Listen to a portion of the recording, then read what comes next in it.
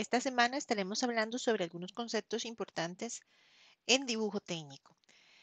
Básicamente, en la página 23 del manual podemos observar lo que vimos la semana pasada, que era cómo sumar, restar segmentos y además cómo generar las mediatrices de un segmento.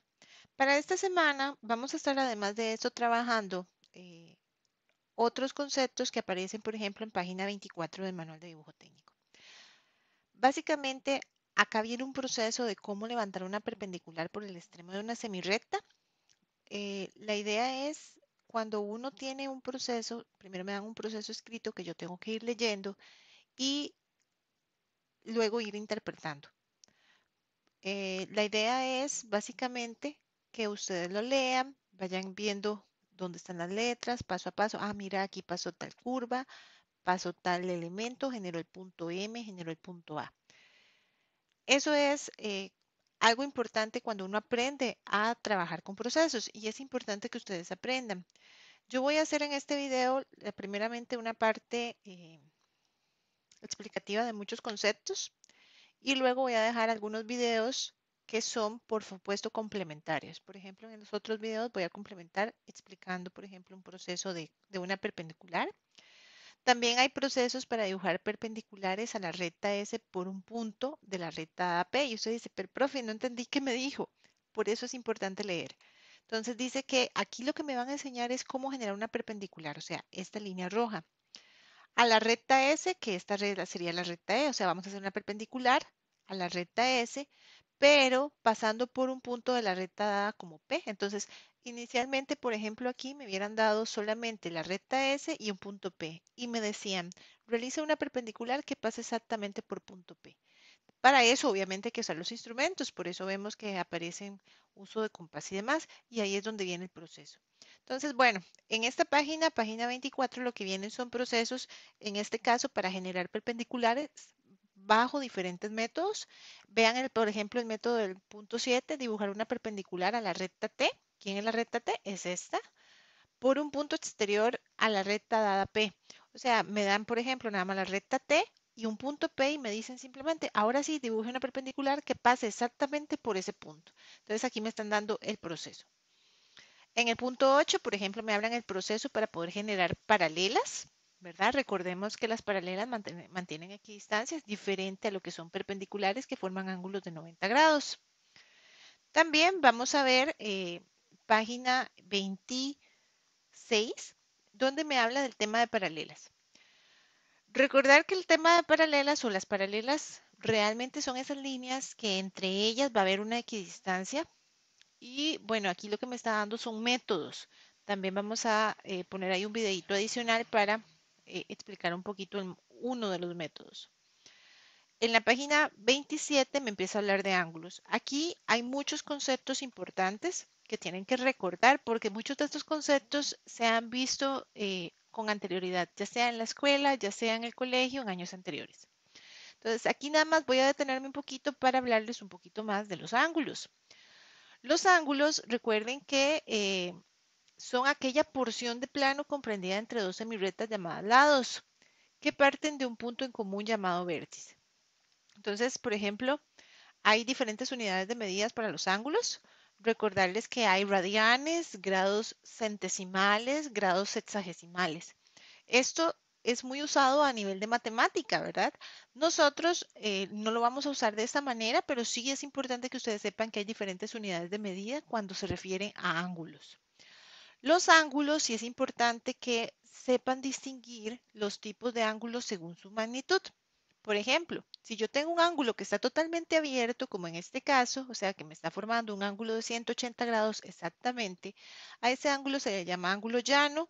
Un ángulo obtuso es cuando la apertura del ángulo es mayor de 90 grados, menor de 180. En este caso, recto es cuando exclusivamente el ángulo es efectivamente 90 grados y un ángulo agudo es cuando el ángulo es menor de 90 grados. También está la clasificación de cóncavo y convexo. El ángulo cóncavo es aquel que tiene un ángulo eh, más de 0 grados, pero menor a 180 grados. Y el convexo es al contrario, más bien el ángulo es más bien más de 180 el convexo más bien es cuando el ángulo es mayor de 180 grados, perdón, y menor de 360 grados. Entonces, recordar los tipos de ángulos dependiendo de su magnitud. También hay diferentes relaciones angulares. Hay ángulos adyacentes, consecutivos y opuestos. ¿Qué es esto? Un ángulo es adyacente, por ejemplo, cuando, por ejemplo, yo tengo aquí ángulo A, ángulo B. Si ustedes se quedan viendo, hay un ángulo a la par del otro. Uno está juntito al otro. Cuando está un ángulo a la par del otro, a eso se le conocen que están como ángulos adyacentes, uno al lado del otro. Los consecutivos son aquellos ángulos que, por ejemplo, yo tengo un ángulo mayor que sería el ángulo B. El ángulo B va de aquí hasta aquí, es el más grande. Pero dentro del mismo ángulo, o sea, encima, superpuesto, hay otro ángulo más pequeño. Por ejemplo, estaría el ángulo A.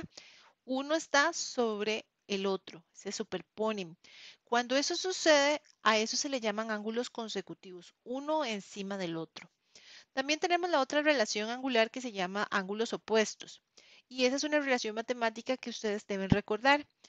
Por ejemplo, cuando yo tengo ángulos, aquí se me están formando cuatro. El ángulo A, el B, aquí hay uno grande C y otro que sea D. Cuando los ángulos son opuestos, van a decirse que miden lo mismo. Entonces, si este mide 40 grados, B también va a medir 40 grados. Y el otro lado también, pues van a medir lo mismo, ¿verdad? En este caso, si esto mide 40 y esto mide 40, son 80 grados. Un círculo tiene tantos grados que serían 360 en total. Entonces, ¿cómo sacaríamos el ángulo, por ejemplo, de esta parte? Entonces, si yo tengo 360, a eso le quito los 40 del ángulo A, menos los 40 del ángulo B, me dice que me quedan 280 grados, que se reparten entre estos dos ángulos mayores. Entonces, 280 entre 2 quiere decir que esta parte de arriba mide 140 grados y la parte de abajo 140 grados. Y así conformará los 360 grados que correspondería. También tenemos relaciones angulares según magnitud. Ok, por ejemplo, acá, por ejemplo, tenemos ángulos complementarios. Complementarios es cuando los ángulos sumados, por ejemplo, A más B, sumen 90 grados. Y suplementarios es cuando los ángulos A más B, por ejemplo, sumen 180 grados. También están los ángulos conjugados, que son los que suman 360 grados.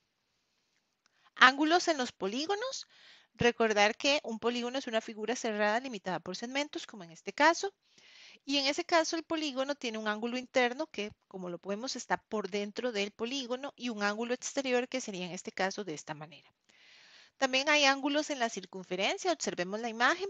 Hay ángulo inscrito, recordar que inscrito significa dentro de, entonces si ustedes observan este ángulo que va de aquí a aquí, está dentro de la circunferencia.